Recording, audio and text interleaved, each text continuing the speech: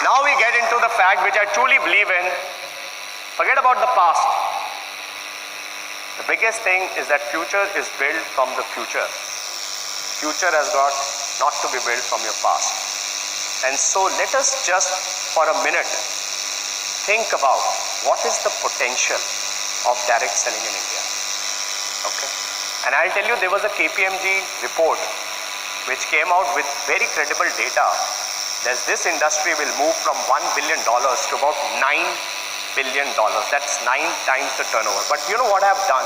I've just taken, if we were to be $5 billion by 2030, okay? So between now and the next 15 years, if we were to be just $5 billion industry, today our market share in the direct selling space is close to about 40% today. So if I take a 40% market share of that $5 billion industry, we are going to be not less than $2 billion. As I forget about that, let's just take a 30% market share. We'll still be $1.5 billion. So the promise which I commit to you today and the partnership which I expect of you for tomorrow is that let's, in the next 5 years, when we do our silver jubilee, celebrate $1 billion of turnover together. You think it's possible? I think it's achievable. And imagine when we reach that goalpost, what will happen to the number of platinums, leaders which you have built.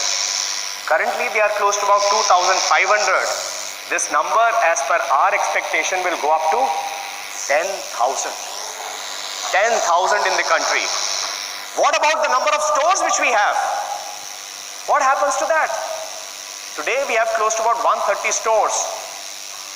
By 2030, I commit that we will have close to about 1,000 stores in the country. 1,000 experience stores we are going to open in this country. What about how we meaningfully contribute to the digital wave in this country? Today we transfer close to about 5 lakh payments every month digitally into the bank accounts of people. There are not many corporates in India who do that, let me tell you. But tomorrow, this could go up to 30 lakhs in a month. In a month.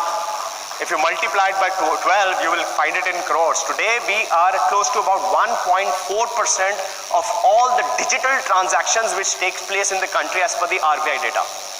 We are really supporting this financial inclusion cause, and tomorrow we are going to partner big time with the government of India to make sure that we showcase this digital, how we are really championing this digital cause in the country. What about the manufacturing plant, the brick and mortar?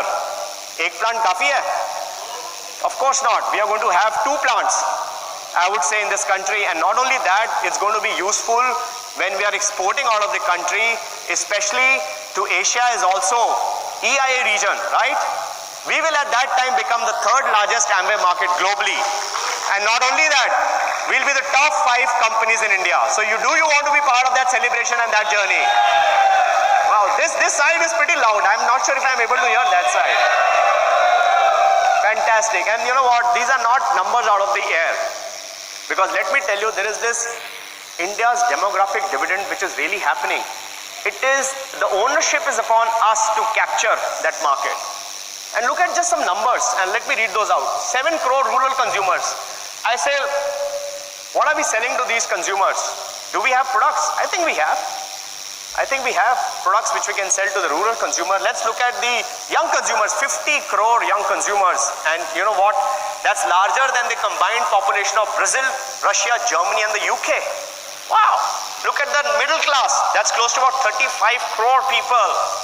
Honestly, these are big numbers which we have in India. That's the demographic dividend. Not only that, look at the space and the way the nutraceutical market is going to grow in India. It's close to about $2.5 billion. It is expected in 5 years this will go to $6 billion. That's a key and critical market in which we operate, right? And if you look at all the sub-markets within the nutraceuticals or the dietary supplements, if you look on the right side, 40% is vitamins, 30% is supplements, 25% And if 25% of this 6 billion is protein, that is 1.5 billion. In India will be selling 1.5 billion of only protein. And can we have a space in that? I think we can have. We can have a big space in that to play. Forget about that. Look at the young. You look at the young India. By 2025, India will be the youngest country in the world. And two things about this. The young people not only would be earning more, they'll also be spending more. The pass-through of a young person when a higher income is generated is much faster into the flow-through into the spending. Gone are the days when the saving used to be the biggest in this nation. It used to be 40% of the GDP, but that is now translating into very high spending. And India is actually a consuming class, very, very big consuming class. This is both an opportunity as well as a challenge. Why I say it's a challenge? Because when the young people come into the economic life, it is estimated that in India, close to about 13 million population will enter the working age group.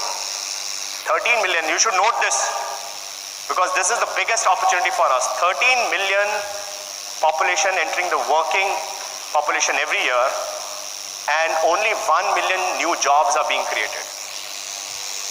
There is a huge gap in employment in this country. And why do you think the government is driving entrepreneurship in this country? Why do you think government is driving entrepreneurship? Because they know it's very difficult to fulfill this gap. Not only that, let me also tell you, there was a recent article in the Economic Times, if you went through that, which clearly states this. It states, why did the young unemployed stop looking for a job?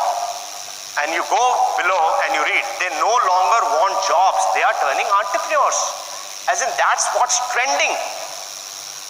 That is what's trending in India. And therefore for us, the opportunity is not only the space in employment and employment generation, enhancing the gap, reducing the gap there, but also in employability. We are into training, right? It's also about employability and how Amway relates to that cost. So, okay, I move into my next section, and I'll do it pretty quickly because I'm getting out of time. The future for us, to my mind, is to focus on sustainable growth. Okay, and there are only three things which I want to share in that. How can we get into sustainable growth? Okay, the first thing, and Sameer is also here with us today, and we went through a lot of meetings with very senior government officials. I believe the time has come now to get a direct selling law in this country. And I truly believe by 2018 we will have a direct selling law in India. And honestly, that will be a big drive for the entire industry. So that's one. The second is consumer is the future and future is consumers. Remember that. It's a golden triangle between direct selling entities, between direct sellers, which are you, and with the consumers. And we need to lay the gold standards. Direct selling guidelines are here, but we need to follow them in letter and spirit. And honestly, if we do that, and if we're on the right side of all the consumers, working with our entrepreneurs, honestly, I feel that's the way we can achieve a sustainable growth in this country. The third and the most important is a strategic product portfolio, right? Sustainable brands having sustainable engagement. That is very important, and we are going to deliver our promise, like I said, on nutrition. Beauty is growing for us more than 20% this year, and I think there are high stakes for us in beauty, and we are really going to penetrate in that market. The other market where we are really serious and committed to is the durable market. So we just came with a cookware product.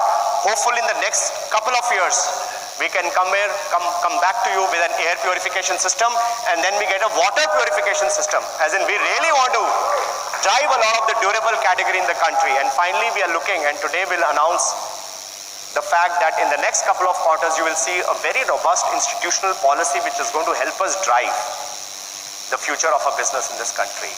More than that, all of them, what we truly believe will make sense to the value-conscious, tech-savvy consumer if we make market-driven pricing. So we will work a lot and commit ourselves to this market-driving pricing. And we'll have our engagement with LSE to make sure they understand what we mean with this.